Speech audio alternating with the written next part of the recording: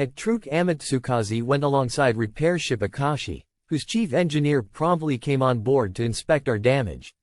I acknowledged that our ship had been banged up a bit, but pointed out that she had made it back to port under her own steam, and concluded with my hope that Amatsukaze could be patched up without delay so that we might join the fleet again in a week or 10 days.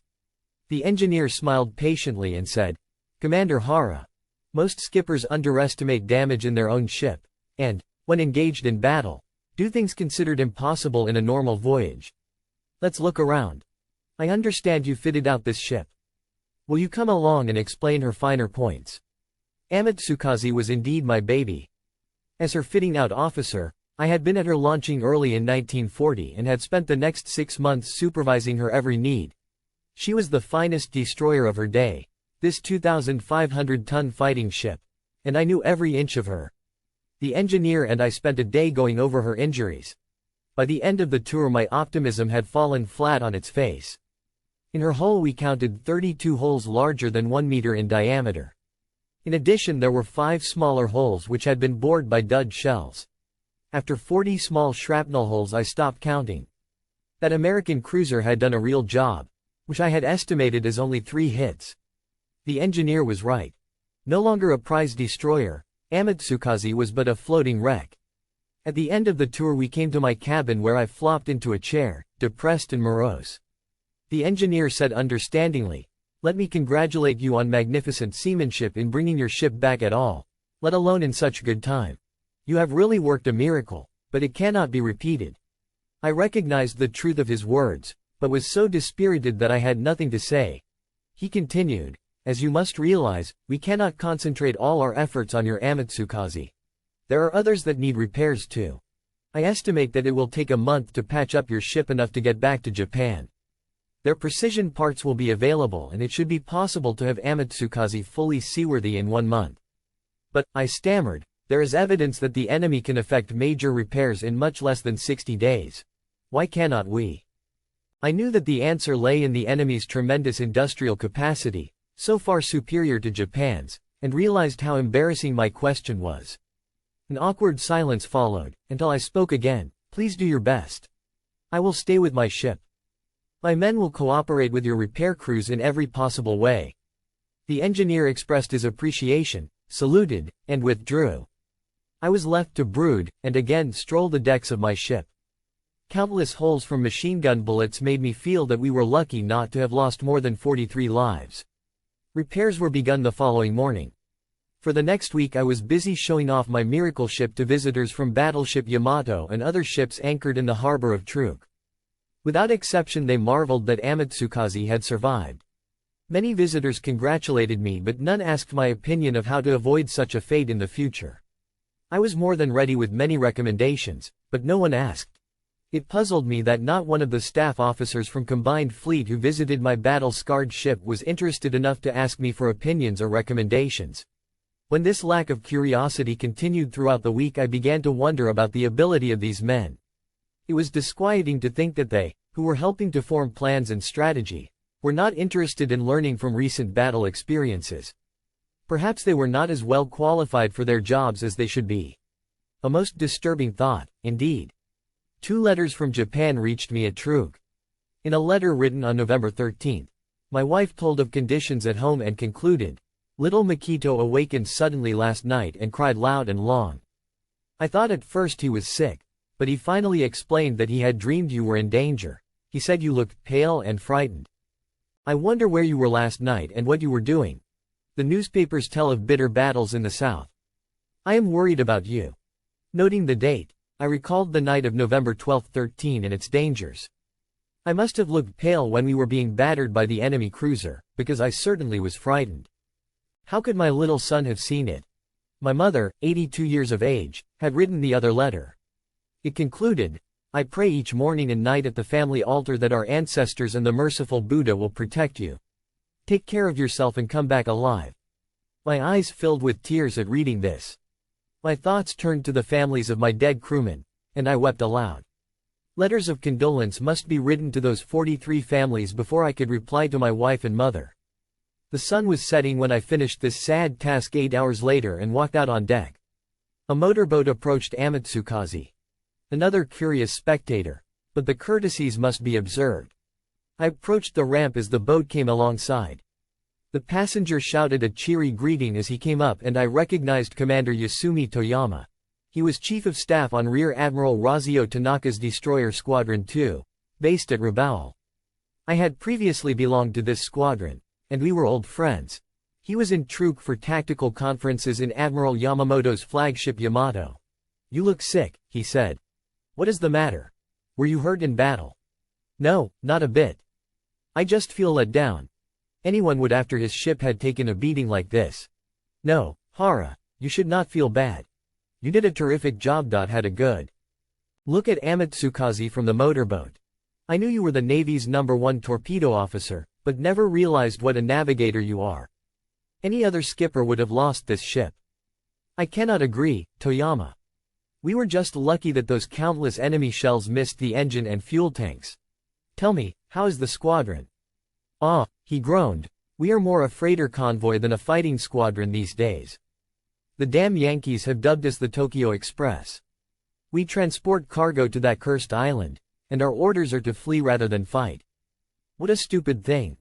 It is doubtful whether we could fight anyway. Our decks are stacked so high with supplies for Guadalcanal that our ammunition supply must be cut in half. Our cargo is loaded in drums which are roped together. We approach near the island, throw them overboard and run away. The idea is that the strings of barrels will float until our troops on the island can tow them ashore. It is a strenuous and unsatisfying routine. But I want to hear about your battle and learn from your experience. Tell me all about it." That was the first intelligent request I had heard in a week. I explained with enthusiasm and in detail our latest operation, noting our failings and the enemies, and giving my fellow professional an overall analysis. In conclusion I said, "Whatever our mission, we must always be ready for battle. I think it is wrong ever to consider fighting as merely secondary. Caution is necessary to be sure, but excessive caution is crippling. Please tell Admiral Tanaka not to repeat our mistakes." He left the ship to catch a plane back to Rabaul. His quick visit to Truk and his remarks about the curious supply activities of Destroyer Squadron 2 indicated that the enemy undoubtedly had air supremacy at Guadalcanal. Japanese destroyers were even having trouble acting as fast freighters. Supplies of every kind were acutely lacking for Japanese troops on the island. Their daily distress calls emphasized shortages of food and medication. Admiral Tanaka had been given responsibility for the stave-off starvation missions Toyama had described. In these operations each destroyer would carry 100 or more drums of supplies in each nighttime delivery. Delivery consisted of jettisoning the strings of drums within 200 or 300 meters of the Guadalcanal coast. Their army troops were supposed to boat, swim, or wade out to retrieve the precious containers and haul them ashore, where they would be manipulated into the jungle and hidden from enemy air attack. Tanaka's 8 destroyers left Rabaul November 27 and headed southward to the Shortlands. The passage had to be made furtively.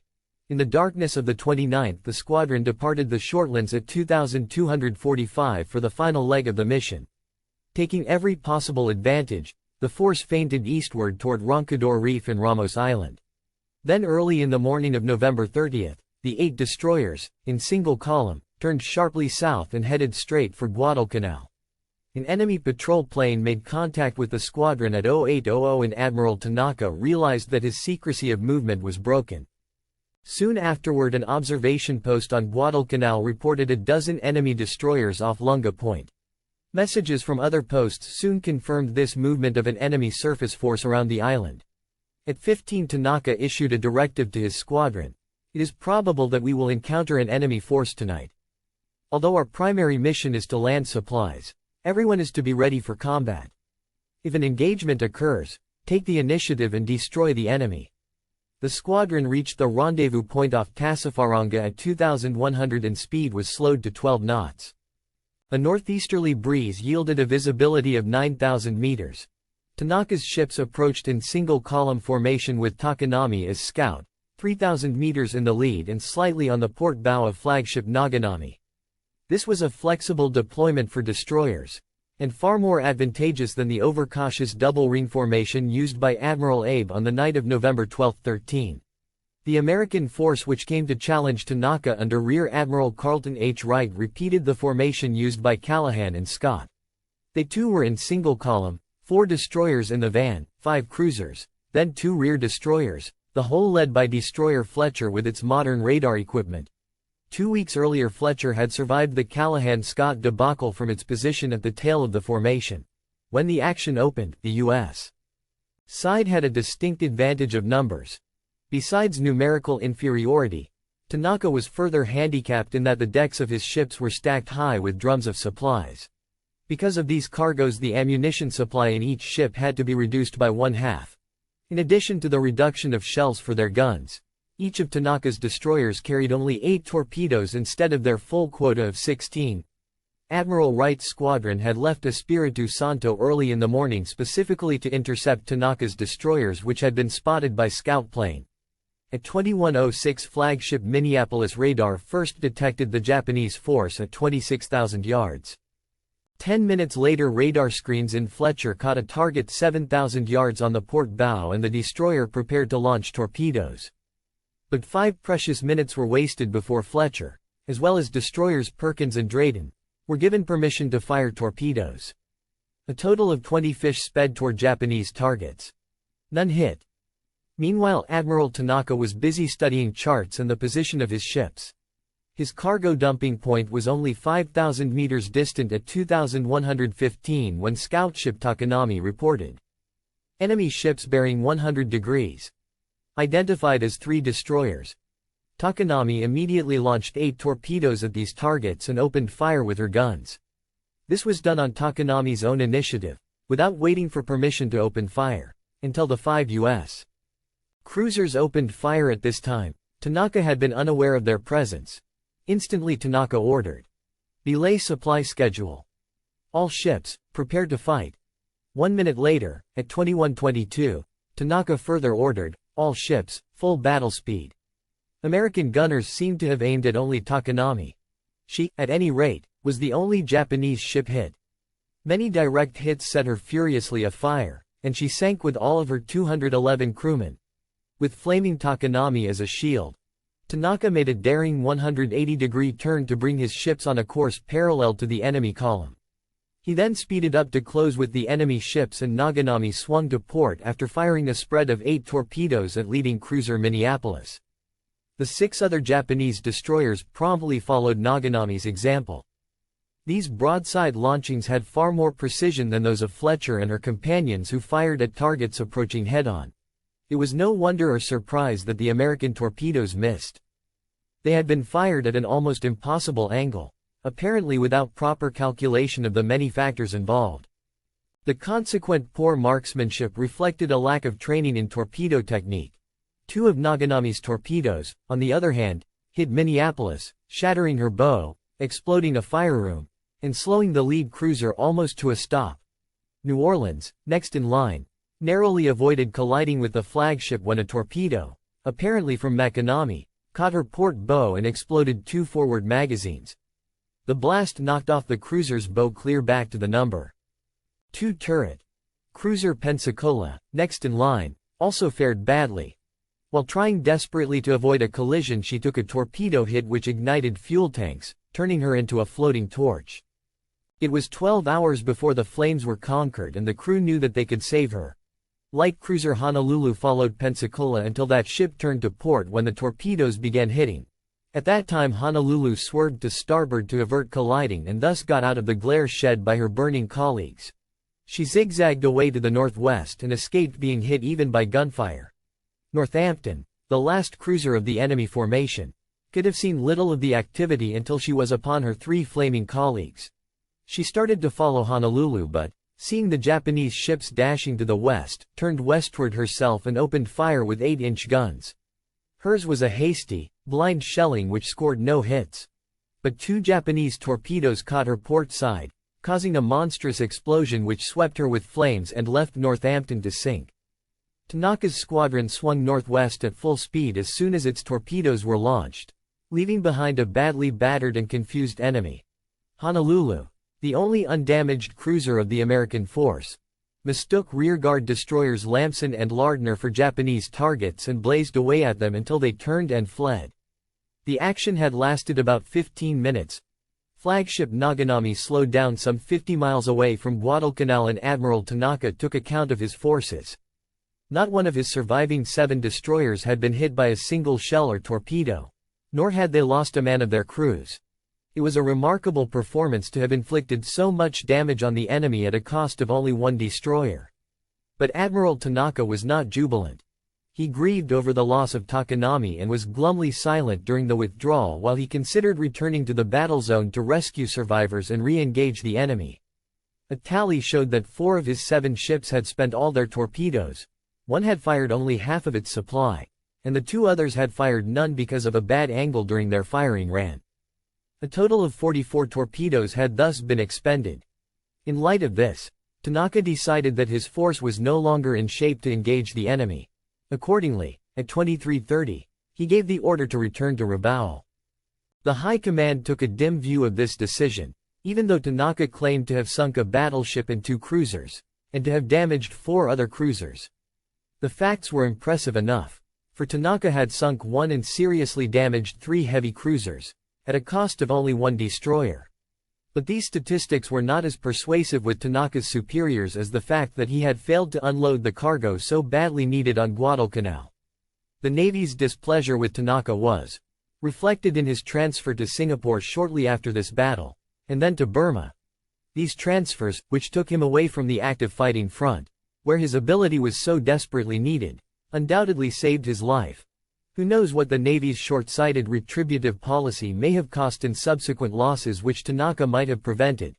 Throughout the war, Tanaka never again held a responsible command afloat. 15 years after the Battle of Tassafaronga, I visited him at his farm near Yamaguchi.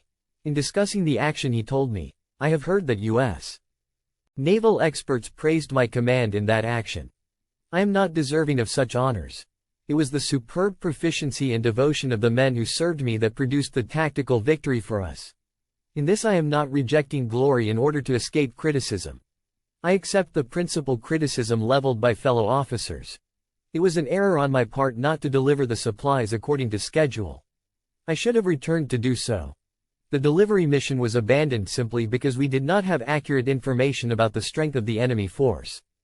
I believed that the enemy formation had 4 van destroyers and 4 more following the cruisers, as in the Callahan-Scott formation of 2 weeks earlier. I saw no percentage in having our 7 destroyers, low on ammunition and decks loaded with cargo drums, fight another running battle against 8 U.S. destroyers.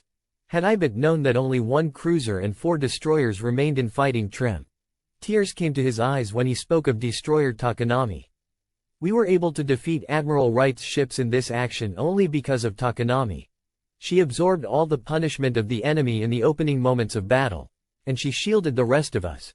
Yet we left the scene without doing anything for her or her valiant crew." However Admiral Tanaka may have felt about the Japanese effort at Tassafaronga, it is fair to consider what the U.S.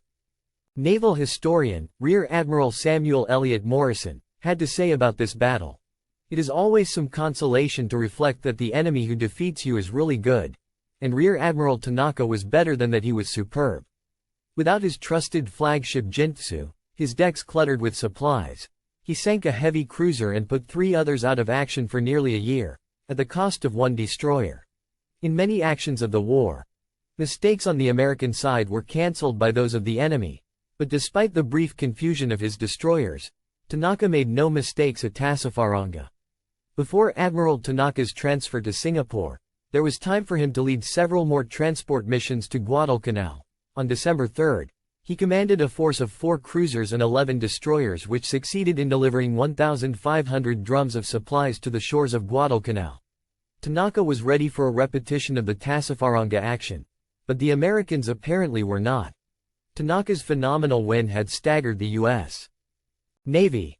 There was no surface opposition, but some planes harassed the force and dropped a few bombs which slightly damaged 1 destroyer. It was a sour note in the operations that only 500 of the drums were picked up by the island forces. 4 nights later Tanaka was back again, this time with just 11 destroyers. Excessive repetition of a single formula in warfare is almost bound to fail, and this time planes from Henderson Field damaged 2 of his destroyers. On this night, too, Tanaka was confronted for the first time by a new kind of opponent motor torpedo boats.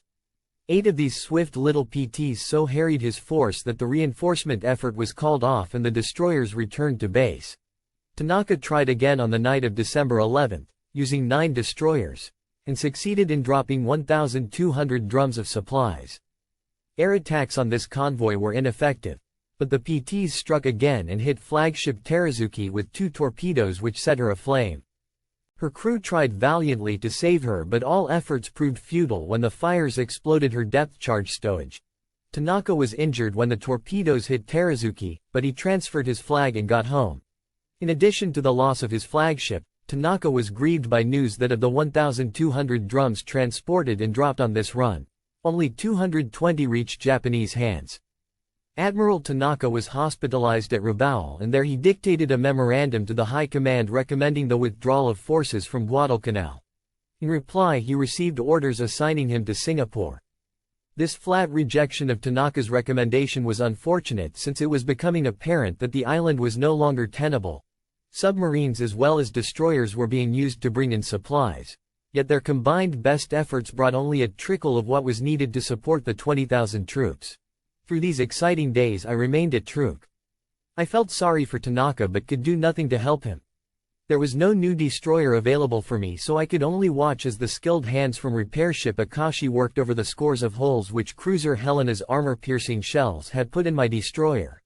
Amatsukaze was patched enough that I was able to leave Truk on December 15 for the homeland where precision repairs could be made. The 5-day voyage was uneventful. As we passed the island of Saipan, I saw a dozen Japanese planes and was curious about how they would react to our appearance. I was disappointed when not one of them even bothered to determine our identity. This nonchalance, if such it was, bespoke a laxity which was unwarranted and unforgivable while Japanese were being bled white in the Solomons. I was almost able to forget the war, however, when we entered our home port of Kure. Seagulls crisscrossed our bows in graceful greeting as we enjoyed the quiet of this peaceful and familiar harbor. It was so different from the savage waters of the Solomons. Could it be that such contrasting places belonged to the same world? When Amatsukaze was safely docked and arrangements were made for her thorough inspection and repair, I was able to take a week of home leave. I arrived at my home in Kamakura on December 27. The week passed all too quickly, but it was a delight for me to be able to spend even that much time with my family. Kamakura is one of the most beautiful cities of Japan, and I enjoyed revisiting its scenic places with my children, and hiking through the city and its surrounding hills. Pine trees hummed their eternal song to the balmy Pacific breezes. It was almost too good to be true. I felt especially lucky to be at home for the New Year holiday. Despite the pleasure of being home, there really was no forgetting the war. One day we had planned a picnic, but my wife was unable to go with us. She had to attend a meeting of neighborhood wives to discuss household brass and iron collections for the use of the military. The children and I had our picnic and a long walk in the pine-clad hills. On our return from the picnic, I was vexed to find that my wife was not yet home. My daughter explained, "Do not be angry. Mother has to attend many long meetings these days. Remember, Daddy, this is wartime."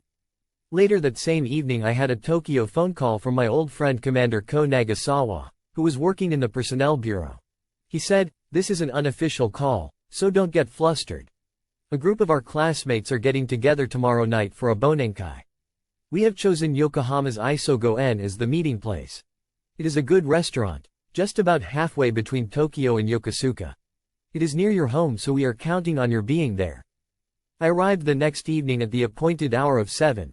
To be greeted by Nagasawa and Commander Enpei Kanuka, who was Naval Liaison Assistant to Premier General Hideki Tojo. I was surprised to see that Kanuka had been able to get this far away from his busy and important office, to attend an unofficial party. Seated next to him in our reserved room I said, "You must have had a hell of a time in your job recently with all the troubles we have been having down south." "No, Hara, not at all," he replied glumly. "As a matter of fact, for the past 5 months General Tojo has asked me for no advice, no briefing, no business, nothing at all. The general seems to have no interest whatsoever in naval operations." My only duty in this time has been to attend nightly cocktail parties for VIPs. I don't like to drink. I am bored to death, and the routine is killing me. With your capacity for alcohol, Hara, maybe you should replace me. Tojo might ignore his naval liaison officer, but there was no ignoring the formal representations of the Naval High Command. The ranking officers of the Army and Navy were huddling daily in secret strategy conferences at Tokyo. The last of a series of these conferences took place on December 31 in the Imperial Palace, attended by Emperor Hirohito. The conference decided unanimously for the withdrawal of troops from Guadalcanal. The rest of the holiday with my family passed happily but too quickly, and I returned to Kure on January 7. 3 days later I got orders relieving me from command of Amatsukaze and assigning me to duty at the Yokosuka Naval Station. This was only a few miles from my home. Within a week of my departure, I was again settled comfortably at home, and then I fell ill. The doctor said it was exhaustion resulting from extended rigorous duty at sea. I was confined to bed for 2 weeks. Adding to my misery, further orders came on the 25th. Naming me commander of Destroyer Division 19 with instructions to take its 4 modern ships to sea 2 days later. I phoned Nagasawa to report my inability to accept the post. Understanding and comforting as only a good friend can be, he assured me that there would be other such posts available when I recovered. My convalescence seemed terribly long. I had never felt fatigue in battle. At sea a few hours sleep would always refresh me. Now, suddenly, I was aware of how exhausting my sea duty had been, and realized why Admiral Nagumo had looked so worn in November when I saw him at Truk. As my strength returned I took long walks. The hills and the beaches were beautiful. In the woods I gathered pine cones each day and carried them home for fuel. They burned well enough to be used for cooking, and that helped. But it was depressing to realize how scarce all basic commodities were. By the end of February I was fully recovered and called Nagasawa to ask about my next assignment. His vague reply made me uneasy that the Navy had forgotten about me. I called daily, without an encouraging word until early March, when Nagasawa informed me that I was to command Destroyer Division 27. What? I shrieked belligerently. Why the 27th? Just a minute, now, Hara. Calm down and listen for a minute. I know the 27th has a bad reputation, but this assignment is all the more a credit to you. The admirals feel that only a man of your ability and experience can whip this division into shape as a fighting unit. My first reaction was the product of shock. I was not really upset. After all, when a man is assigned to command 4 ships for the first time, it is an honor no matter what kind of ships they may be. Then too, I had missed the earlier attractive assignment through default. I had nothing to complain about. The 27th was composed of 4 old 1,700-ton destroyers whose best speed was 30 knots. Their crews, strictly second class, were the object of derision to men of other ships. It really was a greater challenge for me. With this in mind I replied to Nagasawa, "Don't misunderstand me. I welcome the assignment and will do my utmost to make it the best outfit in the Second Fleet. I am happy to have this command. When and where do I report? I am glad to hear you talk like that, Hara. 3 of your ships are at Truk. Flagship Shigur is waiting for you at Sasebo. When can you leave? As soon as transportation is available. Good.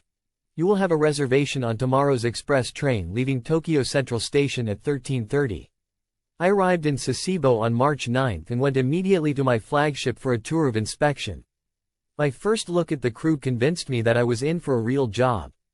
I thought back to the tribulations of my experience in training the crew of Amatsukaze in time for the Midway operation, and realized that compared to my present crew those men had been crack experts from the outset. Shigur's crew looked like an ill-disciplined bunch of landlubbers. But I looked on their clumsiness and ineptness with mixed feelings, confident that I could work them into competent fighting sailors. At least I was not discouraged, so my feeling was worlds apart from what it had been 6 months earlier in Amatsukaze. As to my flagship, having served in much newer destroyers, I found Shigur quite decrepit. She was old, sadly in need of maintenance, and, worst of all, she could do no better than 33 knots. The newest destroyers could make at least 38 knots, and my old battle-tested Amatsukaze, now back in service, was capable of 34 knots. But I pushed aside these vagrant thoughts, and my hopes were high that Shiger might prove worthy in battle despite her apparent shortcomings on this first day of our acquaintance. But even with my high hopes, I never dreamed that her exploits would earn for her the nickname of Indestructible, and fame as the most publicized destroyer of the Pacific War. Escorting 2 transports, Shiger left Sasebo to join the other 3 ships of my command. We arrived at Truk after a quiet voyage. Entering the spacious atoll, I had the feeling that nothing had changed in my absence. Akashi, the old repair ship, still moored where it had been 4 months earlier when Amatsukaze limped in from the Solomons, was busy as ever. I was wrong, however, in thinking that nothing had changed. Truk was as before, but the war situation to the south had undergone drastic changes in the brief period of 4 months, as I shortly learned. I reported to Vice Admiral Nobutake Kondo in Otago, flagship of the Second Fleet, as soon as we had anchored. Entering his cabin, I was shocked at the haggard appearance of this man who had always been noted in naval circles for his excellent grooming. His appearance shocked me as much as Admiral Nagumo's had 5 months earlier. He motioned me to a chair. His voice was hoarse and low and he spoke slowly as if with great effort. "Hara, you have all my sympathy in your new assignment. It is a tough one. I can only say, take care of yourself. Use every possible caution." I had certainly not expected such a greeting from my commanding admiral. Kondo's statement was so startling that I was at a loss for a response. He continued, almost painfully. "Although you are a division commander, we are so short of ships that 3 of yours are being used by other commanders. It may be months before you have your full division under your command." He paused and mused briefly, while I sat in uncomfortable silence. Then he continued, "Above all, Hara, do not be impatient. I intend to keep you here for at least 3 months so that you can get acquainted with and train your subordinates, and also familiarize yourself with the rapidly changing war situation." Kondo was a remarkable man and he was wonderful to me. Thus it was with great reluctance that I had to criticize his combat ability earlier in this writing. On this particular day, however, I was dazed and stunned in leaving his cabin. At his suggestion I studied his flagship records of the war during the past 5 months. The most outstanding occurrence was the withdrawal from Guadalcanal. At Kamakura, while recuperating from my illness, I had heard radio announcements of a spectacular and perfect victory. Imperial headquarters, loath to use the word withdrawal, had coined and applied to this operation the word tension, without providing any details. As a result of the palace decision at the New Year's Eve meeting, Imperial headquarters issued an order on January 4, 1943, for the withdrawal of all troops from Guadalcanal, to begin the later part of the month. Plans were worked out accordingly, and secretly, while making every attempt to convince the enemy that we were about to make an all-out, determined stand. American intelligence, which had been so successful in detecting Japanese plans for the Midway battle, failed utterly to anticipate the withdrawal plans for Guadalcanal. It is still one of the miracles of the war to me that this should have remained such a successful secret. The marvel of this increases when one considers that the enemy enjoyed absolute supremacy of the air in the vicinity of Guadalcanal at this time. Starting in mid-January, Japanese air activities in the area were sharply increased. On the 30th, a task force of 2 carriers, 2 battleships, and more than a dozen other warships steamed out of Truk and headed for Guadalcanal in a decoy movement to attract the attention of the U.S. Navy. Meanwhile, during the evening of the 28th, 300 fresh troops were landed on Russell Island, just to the west of Guadalcanal. Needless to say, the Guadalcanal garrison was heartened by news of the planned withdrawal. They fought with surprising determination and strengthened their dogged resistance against enemy reinforcements. Considering their deprivations and pitiful shortages, they fought valiantly right up until the end. On the nights of February 1, 4, and 7, a total of 22 destroyers ran into the very shores of the island to effect the evacuation of 12,198 Army and 832 Navy men. The destroyer crews were appalled at the sight of these troops, most of whom were living skeletons.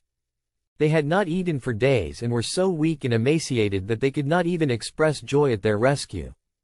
The withdrawal was a phenomenal success in which Japan's only losses were destroyer Makigumo sunk and 3 others damaged.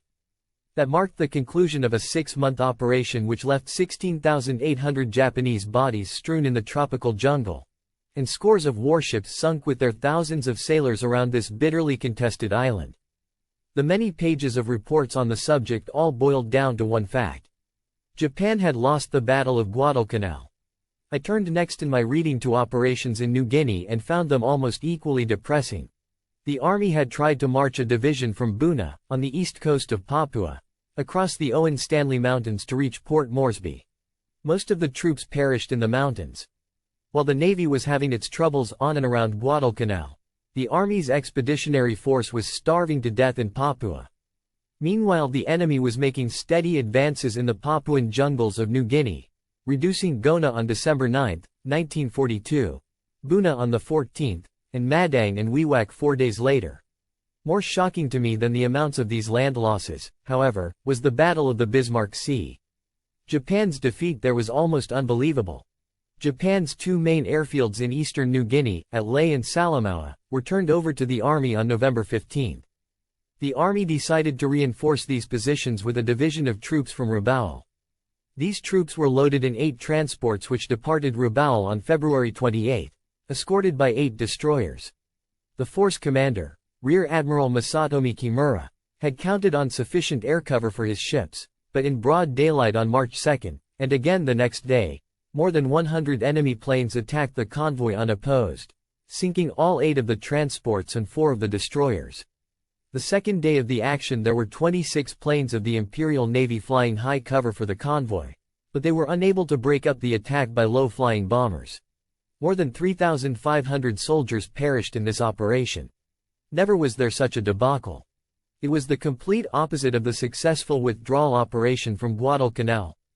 Now I could understand why Admiral Kondo had been in such a funk when he greeted me in his cabin.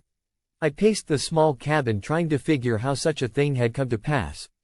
Rear Admiral Khan Takama entered in search of a document and I asked if he could explain the terrible defeat of the Bismarck Sea. He said, "I can't criticize without knowing all the facts, Hara, but after reading these official reports, I don't understand it. The operation was carried out with all due care and caution, but the air cover was completely inadequate. At Guadalcanal our planning was right. The withdrawal was carried out in full secrecy, and the enemy was outfoxed. It may be that this spectacular success caused the army leaders to think that they could risk a precarious operation without full preparation and support. One thing is certain, the army did not provide proper air cover for the Bismarck Sea convoy." Admiral Takama left the cabin, droop-shouldered, with his document, and I returned to reading the record of further shocking events. On March 5, destroyers Minaguma and Murasama were sunk in Kula Gulf before they had even fired a shot. The enemy's success was the result of his radar-controlled gunfire. I was totally depressed upon leaving flagship Otago, and ordered the launch to take me ashore. As I stepped on shore at Truk I realized how much things had changed. My shipboard impression of the atoll had been deceptive. Faces in the street bespoke the changes that had taken place in 5 months. In the officers' club I was greeted by Captain Tomiji Koyanagi, Admiral Kurita's chief of staff, and we had a pleasant reunion. The disastrous Bismarck Sea battle being uppermost in my mind, I lost no time in asking for his views on it. Admiral Kimura himself has told me of the new method used by the enemy bombers in attacking his convoy, Koyanagi said.